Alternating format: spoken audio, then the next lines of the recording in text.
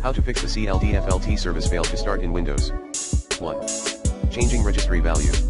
Enter 4 into the start reg underscore dword at hkey underscore local underscore machine backslash system backslash control set 001 backslash services backslash CldFlt in registry editor. 2.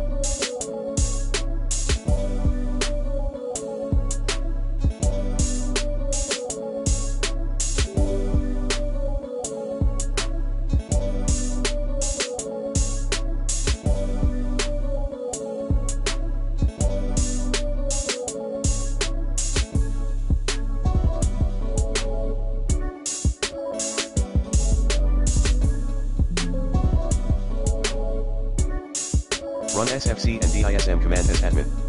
Commands include sfc/scanodism/online/cleanup-image/scan helpdism/online/cleanup-image/check helpdism/online/cleanup-image/restore help 3. Uninstall and reinstall OneDrive. 4.